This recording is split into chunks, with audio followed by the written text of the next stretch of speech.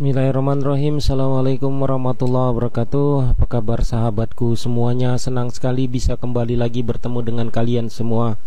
Bersama saya Taufik Ramadan, si tukang air Medan. Kawan-kawanku, di hadapan kalian ini adalah sebuah diagram instalasi dari pengolahan air. Nah, ini adalah hasil gambar saya menggunakan SketchUp Pro 2022. Hasil survei saya di salah satu tempat di kota Medan kemarin. Teman saya itu sedang membuat rumah dan dia mempunyai sumur bor dalam. Sumur bor dalam ya, itu kedalaman 100 meter.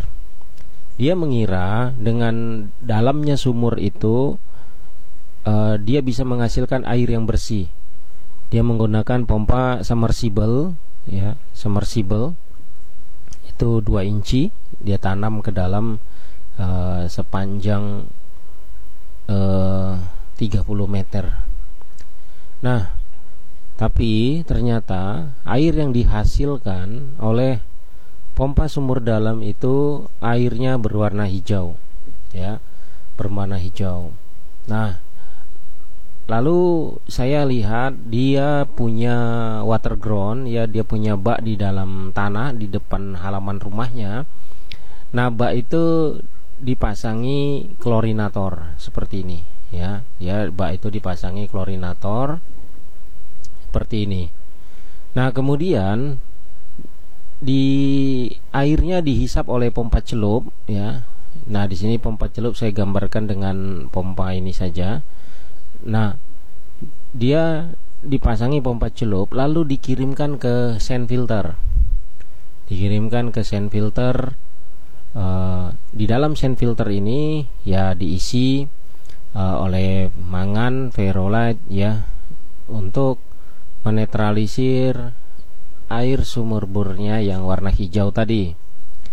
Nah, setelah dioksidasi dengan kaporit, lalu airnya dimasukkan ke dalam sand filter ini. Nah, kemudian dari sand filter ini, nah ini sand filternya bukan pakai drum tapi yang pakai fiber dia, ya. Dia pakai fiber. Nah, itu keluaran dari sand filternya lalu dihisap oleh pompa. Saya lihat kemarin itu adalah pompa Shimizu 266. Oleh pompa Shimizu 266, airnya lalu dikirim lagi ke 2 tabung FRP 1054. Nah, di sini saya lihat sepertinya isinya adalah mangan, ferro, dan karbon aktif. Nah, kemudian keluaran dari 2 tabung FRP 1054, maaf, ini tidak ada mesin Aero. Ini adalah hasil solusi saya. Nah, keluaran dari 1054 itu air disimpan langsung di tangki stainless. Disimpan di tangki stainless ini. Nah, di sini airnya masih hijau. Masih hijau. Ya, dia bingung, ya, stres gitu kan. Nah, kalau dia menginput air dengan kaporit, maka hijau itu tidak ada.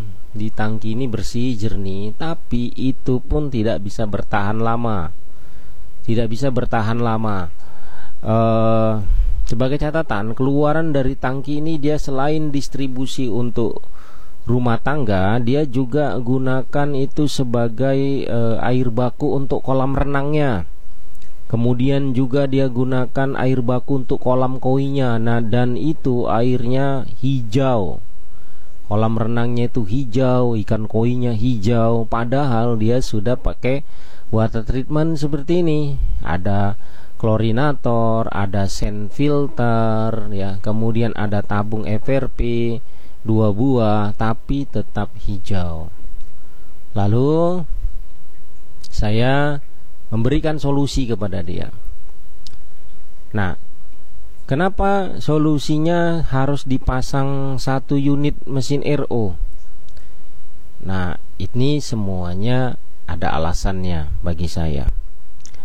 Saya tanyakan kepada dia, berapa kebutuhan air bakunya setiap hari. Dia mengatakan, ya kalau untuk hanya kebutuhan rumah tangga saja mungkin satu hari 2 ton atau 3 ton air saya sudah cukup. Oke, kebutuhan koi. Nah, koinya ya kan dia udah ada saringan air. Jadi di koinya itu, di kolam koinya itu kawan-kawan, dia sudah ada penyaringan air. Jadi ya kapan saja dia mau ganti air, rotasi air, ya dia bisa aja. Paling itu cuman 1.500 liter katanya. Nah itu kan gak tiap hari saya ganti air, mungkin seminggu sekali. Kalau memang airnya jernih dia akan ganti gitu. Nah kemudian kolam renang, dia bilang ya kolam renang kan kita juga sudah ada penyaring air khusus kolam renang di basementnya. Nah jadi kalau misalnya pergantian air itu sebulan sekali, ya untuk kolam renang itu dibutuhkan air sekitar 8 ton, karena kolam renangnya juga kecil ya. Kolam renangnya hanya berukuran 2 meter kali 4 meter atau 5 meter begitu ya. Jadi kolam renangnya juga ukurannya kecil gitu. Jadi menurut dia ya sebetulnya masih bisa gitu, menurutnya, versi dia gitu ya kawan-kawan. Oke. Sebentar nih, ada masalah sedikit. Apa ini?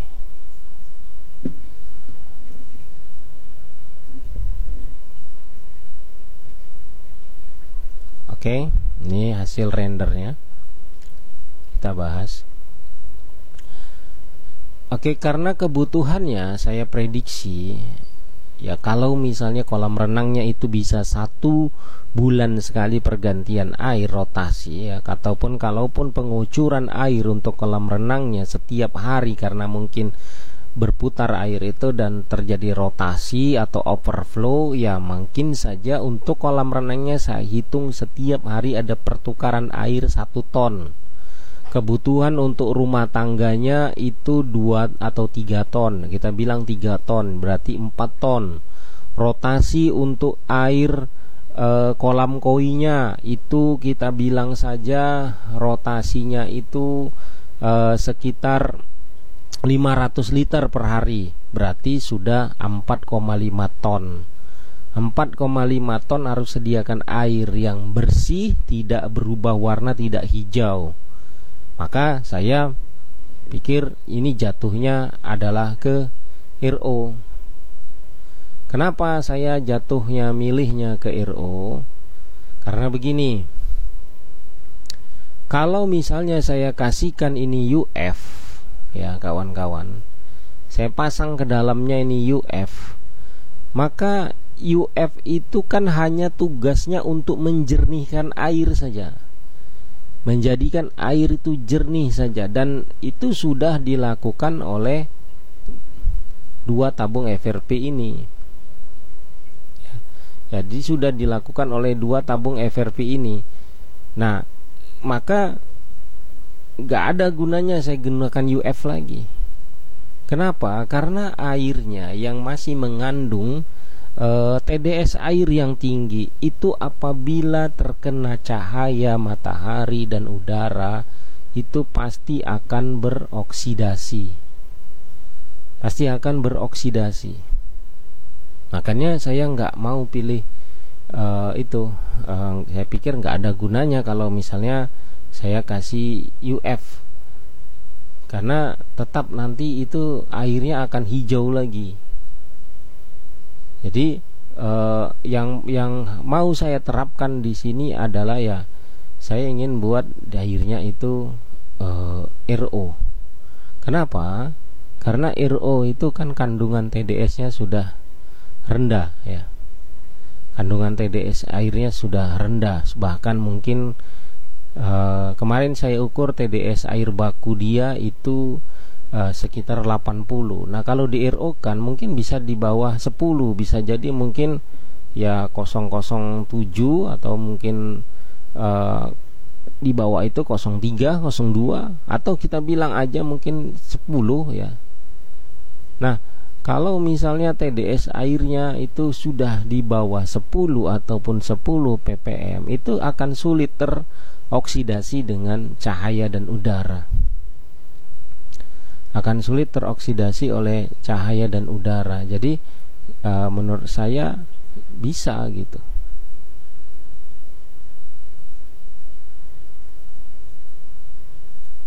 Sebentar,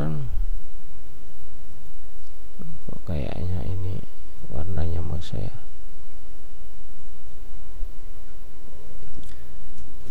Nah, jadi jatuhnya itu menurut saya ya RO. Saya sambil ngerender ya kawan-kawan.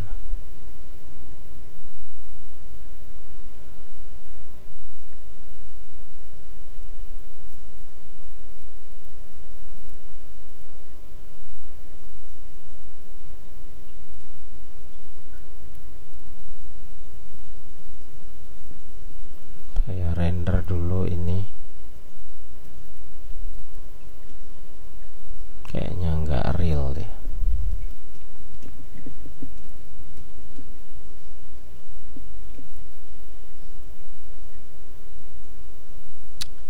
Oke. Jadi saya lebih cenderung ya sistem penyaringan air yang digunakan adalah RO. Nah, kenapa 2000 GPD? Apakah 2000 GPD cukup? Menurut saya cukup, karena begini ya, 2000 GPD itu di mesin RO ini kita pakai double Sanju S80. 2000 GPD itu kalau misalnya kita masukkan membran ke dalamnya adalah Vontron XLP 1140 40 Max ya. Nah, itu 1 menitnya itu didapat air 6 liter per menit. Ya, sebenarnya bisa 7, tapi saya bilang 6 liter per menit saja. Nah, 6 liter per menit itu kalau dikali 60 menit ya, 1 jam tuh 60 menit sama dengan 360 liter. 360 liter kalau 10 jam berarti 3,6 ton. Nah, dia punya tangki 1500, mungkin kurang lebih sekitar 5 ton baru penuh ini air. Sekitar 5 jam baru penuh ini air. 5 jam 1,5 ton. Ya. Nah, kalau misalnya 10 jam itu berarti 3,6.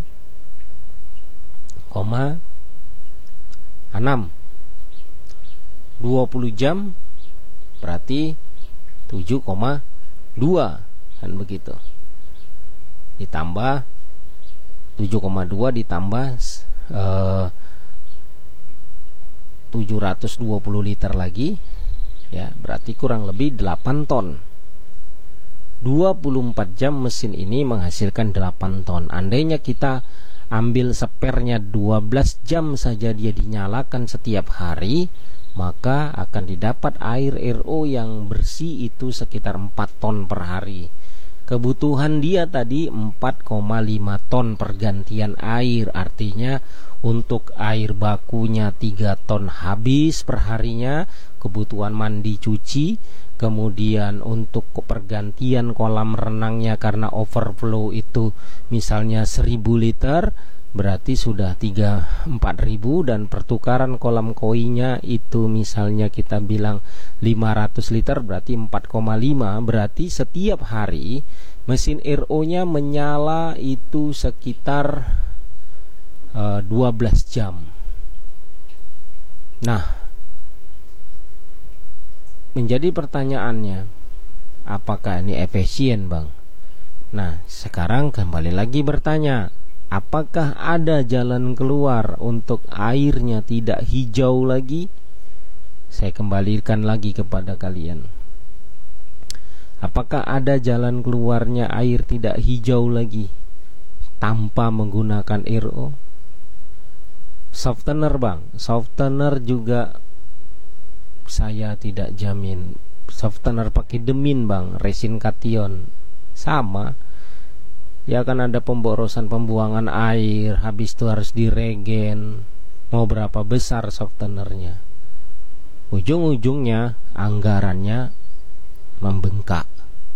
Saya mengambil paket 11.500.000 kepada teman saya ini dengan memasangkan mesin RO 2000 GPD dan instalasi pemipaan, kemudian dipasangi sistem pencucian membran. Nah, sudah saya antisipasi pasti membran ini akan stuck atau akan sumbat di 1 bulan atau di 2 bulan. Maka saya sudah berikan solusinya, saya pasangkan sistem pencucian membran. Saya pasangkan sistem pencucian membran agar dia bisa nyuci membran sendiri.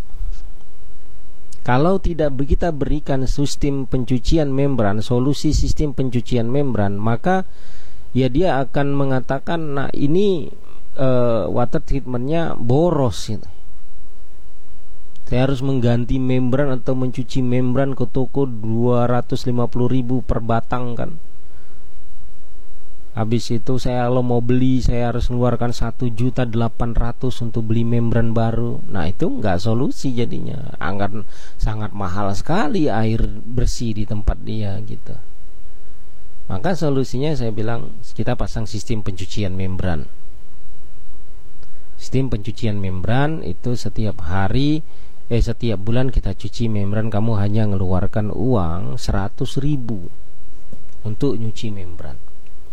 Nah untuk kelistrikan bang, kan ini banyak nih boros listrik dia. Sekarang masalahnya penambahan listrik hanya pompanya 2, yaitu di mesin RO saja. Di mesin RO saja. Nah mesin RO ini 1150 watt. Kalau dikonversi setiap hari 12 jam, maka bayaran listrik dia per bulan untuk mesin RO ini saja sekitar 300.000. Besar dong bang, kalau dia misalnya langganan air PDAM.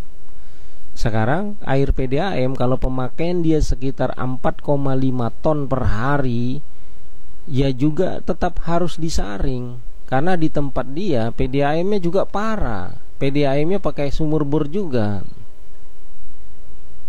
Di tempat dia PDAM-nya pakai sumur bor juga.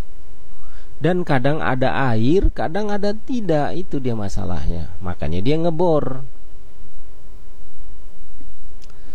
Nah,